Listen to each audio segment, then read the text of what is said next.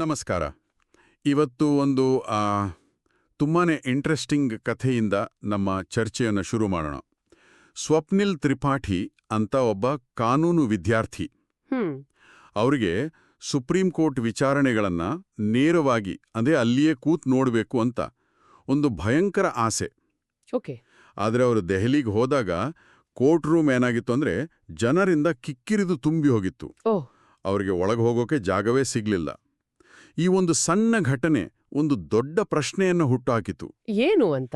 ದೇಶದ ಅತ್ಯುನ್ನತ ನ್ಯಾಯಾಲಯ ಮುಚ್ಚಿದ ಬಾಗಿಲುಗಳ ಹಿಂದೆ ಕೆಲಸ ಮಾಡಬಹುದಾ? ಜನರಿಗೆ ಅಲ್ಲೇನ್ ನಡೀತಿದೆ ಅಂತ ನೋಡೋ ಹಕ್ಕೇ ಇಲ್ವಾ? ಹೌದು, ಆ ಸಣ್ಣ ಪ್ರಶ್ನೆ ನೋಡಿ 2018ರ ಒಂದು ಐತಿಹಾಸಿಕ ತೀರ್ಪಿಗೆ ದಾರಿ ಮಾಡಿಕೊಟ್ಟಿದ್ದು. ಒಬ್ಬ ವಿದ್ಯಾರ್ಥಿಯ ನಿರಾಸೆ. ನಿಖರವಾಗಿ ಆ ನಿರಾಸೆ ಇಡೀ ಭಾರತದ ನ್ಯಾಯಾಂಗ ವ್ಯವಸ್ಥೆಯಲ್ಲಿ ಕ್ಯಾಮೆರಾಗಳನ್ನು ತರುವ ಚರ್ಚೆಯನ್ನೇ ಶುರು ಮಾಡಿತು. ಇಲ್ಲಿ ನಾವು ಮಾತಾಡ್ತಿರೋದು ಕೇವಲ ತಂತ್ರಜ್ಞಾನದ ಬಗ್ಗೆ ಅಲ್ಲ, ಅದಕ್ಕಿಂತ ದೊಡ್ಡ ವಿಷಯ. ಹೌದು, ಪಾರದರ್ಶಕತೆ ಮತ್ತು ಖಾಸಗಿತನ ಇವೆರಡರ ನಡುವಿನ ಒಂದು ಸೂಕ್ಷ್ಮ ಸಮತೋಲನದ ಬಗ್ಗೆ. ಈ ಒಂದು ಪ್ರಕರಣ ಡಿಜಿಟಲ್ ಯುಗದಲ್ಲಿ ನ್ಯಾಯ ಅನ್ನೋ ಪದದ ಅರ್ಥವನ್ನೇ ಹೇಗೆ ಬದಲಾಯಿಸಿತು ಅಂತ ನೋಡೋಣ. ಹಾಗಾದ್ರೆ ಸ್ವಪ್ನಿಲ್ ತ್ರಿಪಾಠಿಯವರ ವಾದ ಕೇವಲ ಕೋರ್ಟ್ನಲ್ಲಿ ಜಾಗ ಸಿಗ್ಲಿಲ್ಲ ಅನ್ನೋದಷ್ಟೇ ಆಗಿರ್ಲಿಲ್ಲ ಅಲ್ವಾ? ಖಂಡಿತ ಇಲ್ಲ. ಅದು ಮೇಲ್ನೋಟಕ್ಕೆ ಮಾತ್ರ. ಇದರ ಹಿಂದೆ ಆಳವಾದ ಸಾಂವಿಧಾನಿಕ ವಿಷಯಗಳಿದ್ವು. ಅದೇ ಮೂಲಭೂತ ಹಕ್ಕುಗಳ ವಿಷಯ. ಹೌದು, ಇದು ನೇರವಾಗಿ ನಮ್ಮ ಮೂಲಭೂತ ಹಕ್ಕುಗಳಿಗೆ ಸಂಬಂಧಿಸಿದ್ದು. ವಾದ ತುಂಬಾನೇ ಸ್ಪಷ್ಟವಾಗಿತ್ತು. ಸಂವಿಧಾನದ 19(1)(a) ವಿಧಿಯ ಪ್ರಕಾರ ಪ್ರತಿಯೊಬ್ಬರಿಗೂ ತಿಳಿದುಕೊಳ್ಳುವ ಹಕ್ಕಿದೆ. Right to know. ಎಕ್ಸಾಕ್ಟ್ಲಿ. ಹಾಗೆ 21ನೇ ವಿಧಿಯ ಪ್ರಕಾರ ನ್ಯಾಯವನ್ನು ಪಡೆಯುವ ಹಕ್ಕಿದೆ.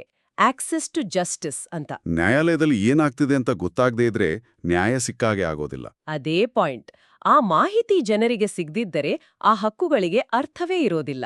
ಇಲ್ಲಿ ತೆರೆದ ನ್ಯಾಯಾಲಯ ಅಥವಾ ಓಪನ್ ಕೋರ್ಟ್ ಅನ್ನೋ ಪರಿಕಲ್ಪನೆ ಕೂಡ ಮುಖ್ಯವಾಗುತ್ತೆ ಅಲ್ವಾ?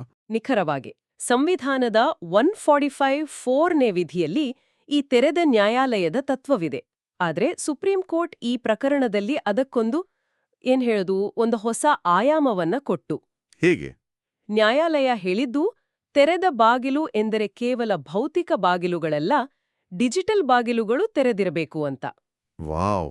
ಇವತ್ತಿನ ಕಾಲದಲ್ಲಿ ಕೋರ್ಟಿಗೆ ಭೌತಿಕವಾಗಿ ಬರಲು ಆಗದ ಕೋಟ್ಯಾಂತರ ಜನರಿಗೆ ಲೈವ್ ಸ್ಟ್ರೀಮಿಂಗ್ ಮೂಲಕ ನ್ಯಾಯಾಲಯವನ್ನು ತಲುಪಿಸುವುದೇ ನಿಜವಾದ ತೆರೆದ ನ್ಯಾಯಾಲಯ. ನ್ಯಾಯಮೂರ್ತಿ ಚಂದ್ರಚೂಡ್ ಅವರ ಆ ಪ್ರಸಿದ್ಧ ಮಾತು. ಹೌದು, ಅದನ್ನ ಇಲ್ಲಿ ನೆನಪಿಸಿಕೊಳ್ಳಲೇಬೇಕು. ಸೂರ್ಯನ ಬೆಳಕೆ ಅತ್ಯುತ್ತಮ ಸೋಂಕು ನಿವಾರಕ. Sunlight is the best disinfectant. ಅಂದ್ರೆ ಪಾರದರ್ಶಕತೆ ಇದ್ರೆ ವ್ಯವಸ್ಥೆ ಶುದ್ಧವಾಗಿರುತ್ತೆ ಅಂತ. ನಿಜ. ಪ್ರಜಾಪ್ರಭುತ್ವದಲ್ಲಿ ಪಾರದರ್ಶಕತೆ ಎಷ್ಟು ಮುಖ್ಯ ಅನ್ನೋದನ್ನ ಇದು ಒತ್ತಿ ಹೇಳುತ್ತೆ. ಓಕೆ, ನ್ಯಾಯಾಲಯದ ನಿಲುವು ಸ್ಪಷ್ಟವಾಯಿತು. ಅದೇ ಸರ್ಕಾರದ ಪ್ರತಿಕ್ರಿಯೆ ಹೇಗಿತ್ತು? ಇಂತಹ ದೊಡ್ಡ ಬದಲಾವಣೆಗೆ ಅವರು ವಿರೋಧ ವ್ಯಕ್ತಪಡಿಸಲಿಲ್ವಾ? ಅದೇ ಇಲ್ಲಿರೋ ಕುತೂಹಲಕಾರಿ ವಿಷಯ. ಆಕ್ಚುಲಿ ಸರ್ಕಾರ ಇದನ್ನು ವಿರೋಧಿಸಲಿಲ್ಲ. ಬದಲಿಗೆ ಅಂದಿನ ಅಟಾರ್ನಿ ಜನರಲ್ ಕೆ ವೇಣುಗೋಪಾಲ್ ಅವರು ಇದನ್ನ ಬೆಂಬಲಿಸಿದ್ರು. ಹೌದಾ? ಹೌದು. ಆದ್ರೆ ಅವರು ಒಂದು ಪ್ರಮುಖ ಎಚ್ಚರಿಕೆಯನ್ನು ಕೊಟ್ರು. ಪಾರದರ್ಶಕತೆ ಮುಖ್ಯ, ಆದ್ರೆ ಎಲ್ಲದಕ್ಕೂ ಒಂದು ಲಕ್ಷ್ಮಣ ರೇಖೆ ಇರಬೇಕು ಅಂತ. ಸಮತೋಲನದ ಪ್ರಶ್ನೆ. ಹೌದು. ಕೆಲವು ಸೂಕ್ಷ್ಮ ಪ್ರಕರಣಗಳಲ್ಲಿ ಖಾಸಗಿತನವನ್ನು ಕಾಪಾಡುವುದು ಕೂಡ ಅಷ್ಟೇ ಮುಖ್ಯ. ಅಲ್ಲಿಂದಲೇ ಈ ಬ್ಯಾಲೆನ್ಸ್ನ ಚರ್ಚೆ ಗಂಭೀರವಾಗಿ ಶುರುವಾಗಿದ್ದು. ಹಾಗಾದ್ರೆ ಆ ಸಮತೋಲನವನ್ನು ಹೇಗೆ ಸಾಧಿಸಲಾಯಿತು? ಎಲ್ಲಾ ಪ್ರಕರಣಗಳನ್ನು ಲೈವ್ ಸ್ಟ್ರೀಮ್ ಮಾಡ್ತಾರಾ ಅಥವಾ ಅದಕ್ಕೇನಾದರೂ ನಿಯಮಗಳಿವೆಯಾ?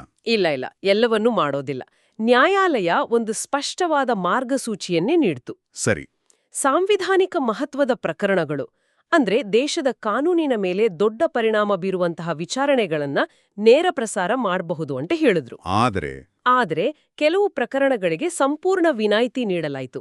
ಉದಾಹರಣೆಗೆ ವೈವಾಹಿಕ ವಿವಾದಗಳು, ಓಕೆ, ಲೈಂಗಿಕ ದೌರ್ಜನ್ಯಕ್ಕೆ ಸಂಬಂಧಿಸಿದ ಪ್ರಕರಣಗಳು, ವಿಶೇಷವಾಗಿ POCSO ಪ್ರಕರಣಗಳು ಮತ್ತು ರಾಷ್ಟ್ರೀಯ ಭದ್ರತೆಗೆ ಸಂಬಂಧಿಸಿದ ವಿಷಯಗಳು.